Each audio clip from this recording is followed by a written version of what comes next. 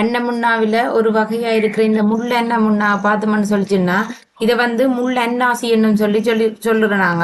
இருக்கிற வேர் இலை என்பதில் அடங்கி இருக்கிற ரசாயன பதார்த்தம் காரணமாக புற்றுநோயை கட்டுப்படுத்த உதவுது. இதை விட மலச்சிக்கல், நீரிழிவு, மூட்டு வலி, கண் நோய், தோல் நோய்களை கட்டுப்படுத்துறதுக்கும் இந்த முள்ளெண்ணெய் பயன்படுது.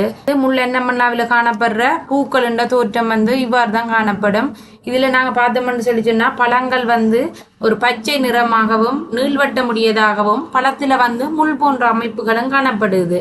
இதுல இருக்கிற அந்த இனிப்பு சுவையானது ஒரு சாறு நிரம்பிய வெள்ளை நிறமான நேர்த்தன்மை கொண்ட கூழ் மிக்க சுவையா காணப்படுது.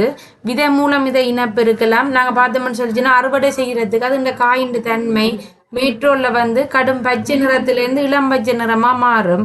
அதே போல இதுல இருக்கிற மேட்ரோல் சொஃப்ட்னஸா மாறுறதுல இருந்து பழம் வந்து அறுவடைக்கு தயாரா இருக்கிறது அறியலாம்.